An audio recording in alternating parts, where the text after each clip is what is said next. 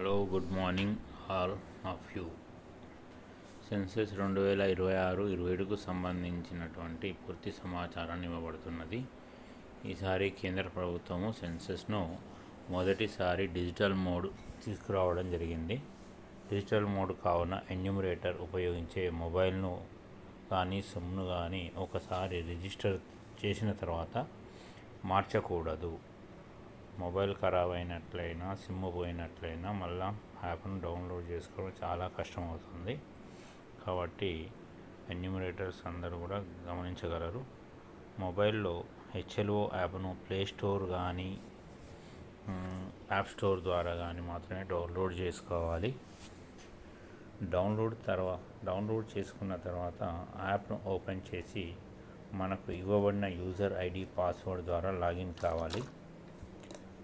Login అయిన తర్వాత పాస్వర్డ్ను మనము కొత్తది క్రియేట్ చేసుకోవాల్సి వస్తుంది. ఎందుకంటే మనకి ఇచ్చినటువంటి పాస్వర్డ్లో చాలా క్లిష్టంగా ఉన్నది. దాన్ని సులభతరంగా మనకు ఈజీగా ఉండేట్టుగా చేసుకోవడానికి కొత్త పాస్వర్డ్ను మనం క్రియేట్ చేసుకోవాలి.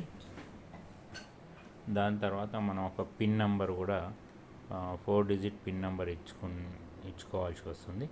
ఈ 4 డిజిట్ పిన్ నెంబర్ ద్వారా ఈజీగా మనకు యాప్ ఎప్పుడైనా ఓపెన్ అవుతుంది. ప్రతిసారి యూజర్ నేమ్ పాస్వర్డ్ అనేది ఫిలప్ చేయకుండా ఈ పిన్ ఉపయోగించి మనం ఈజీగా ఓపెన్ చేసుకోవస్తుందండి.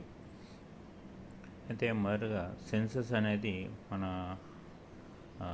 రాష్ట్రంలో 2 దశల్లో జరుగుతుంది. మొదటి దశ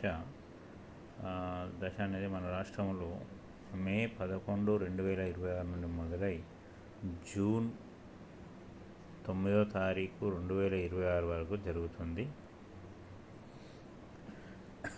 కావున ఎన్యూమరేటర్స్ అందరూ ఈ నెల రోజులలో చేయవలసినటువంటి పనులు ఎలా ఉంటాయి, ఏ విధంగా మనము మొదటగా చేయాలి, అసలు ఫస్ట్ మనం ఏం చేయాలనేది, ఏ విధంగా మనం మూమెంట్స్ తీసుకోవాలి, ఏ విధంగా గృహాలను గుర్తించాలి, మన బ్లాక్ను గుర్తించాలనేది తెలియజేయడం జరుగుతుందండి. ఇప్పుడు ఎన్యూమరేటర్ చేయాల్సిన పనిలో మొదటగా ఏమంటే వారికి కేటాయించినటువంటి హౌస్ లిస్టింగ్ బ్లాక్ ఫస్ట్ వెళ్ళాలి. మనం వెళ్ళిన తర్వాత అక్కడ ఉన్నటువంటి కారోబారు కానీ గ్రామ పంచాయతీ సిబ్బంది ద్వారా కానీ మనకు కేటాయించినటువంటి ఇండ్లు అనేటివి ఎక్కడి నుండి ఎక్కడి వరకు ఉన్నాయనేది మొదటగా గుర్తించాలి. ఈ గుర్తించుకున్న తర్వాత మొదటి హౌస్ నుండి భవనం యొక్క నంబర్ను మనము మార్కర్ పెన్ ద్వారా వేసుకుంటూ వెళ్ళాల్సి వస్తుంది. అదేవిధంగా ఆ ఇంట్లో ఉన్నటువంటి ఆ భవనంలో ఉన్నటువంటి గణన గృహాలు అనేటివి ఎన్ని ఉన్నాయో కూడా తెలుసుకోవాల్సి వస్తుంది. ఈ తెలుసుకున్న తర్వాత వాటిని కూడా బ్రాకెట్లో వేయాలి.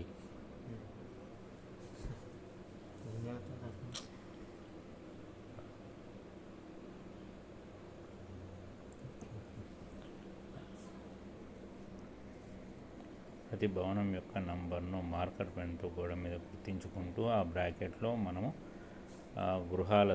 గణన గృహాల సంఖ్యను కూడా రాసుకోవాలి.